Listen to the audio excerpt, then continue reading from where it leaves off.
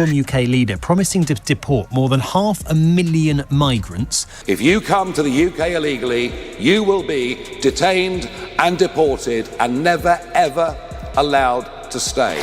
Period. This would mark the largest deportation operation in British history.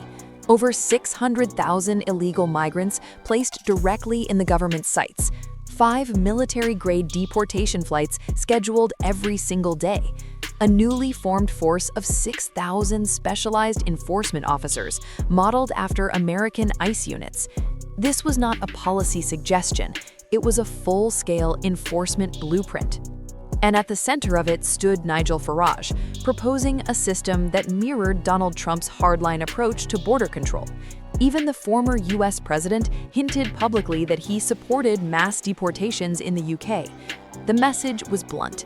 Illegal arrivals would be returned, borders would be enforced, and the system would no longer tolerate delay. Support surged almost instantly. Petitions exploded. Crowds gathered outside Parliament. Analysts projected staggering numbers. Violent crime potentially dropping by over 40%, knife attacks slashed dramatically, and thousands of organized criminal networks dismantled in a single sweep.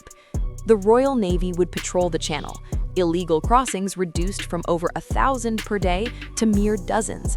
For the first time in years, the public believed something might actually change. Then came the response. The Prime Minister rejected the plan outright, calling it dangerous, intolerant, and unworkable.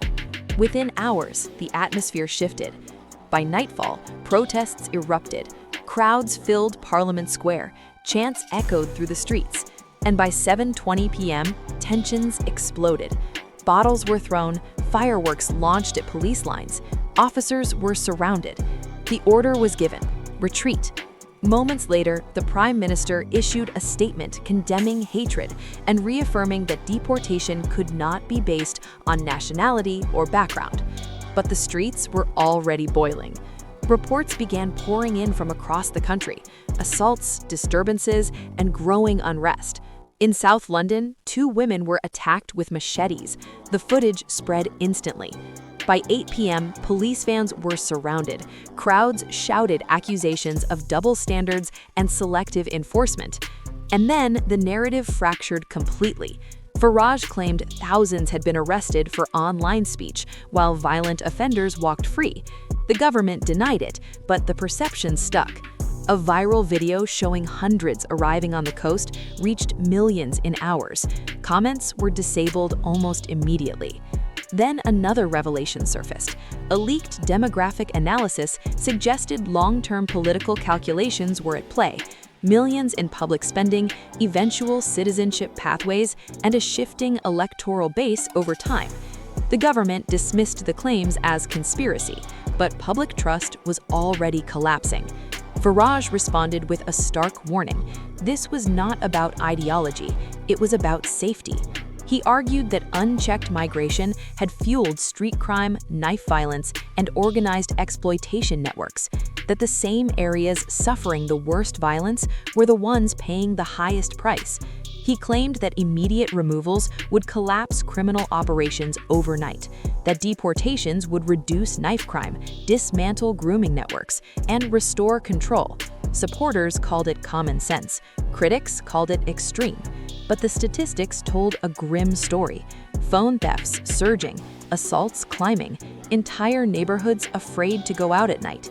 And beneath it all, a growing belief that the system no longer punished crime, it managed it. Farage's proposal was simple: commit a serious offense, leave the country. No decade-long appeals, no endless legal delays. A single consequence, enforced immediately.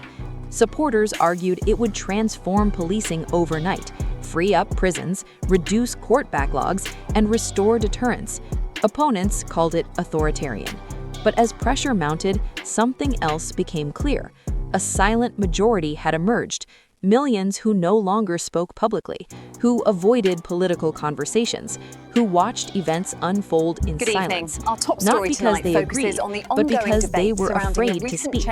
Social media arrests, workplace investigations, police visits over posts, a growing belief that dissent itself had become dangerous.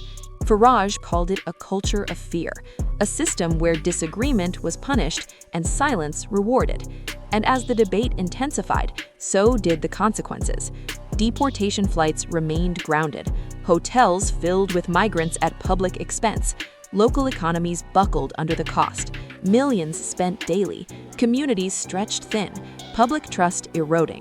At the heart of it all was a legal barrier, international courts, human rights rulings, and bureaucratic paralysis. Farage argued that without reclaiming legal authority, nothing would change, that sovereignty meant nothing if borders couldn't be enforced. The government disagreed, but the numbers told their own story. Crime rising, confidence collapsing, a population increasingly convinced that the system served everyone except them. And so, the country stands at a crossroads. One path promises order, enforcement, and consequence. The other warns of division, backlash, and international fallout. The question now is not whether Britain will change, but who will decide how. Because one thing is certain, the silence across the country is not peace, it's pressure. And pressure always finds a release.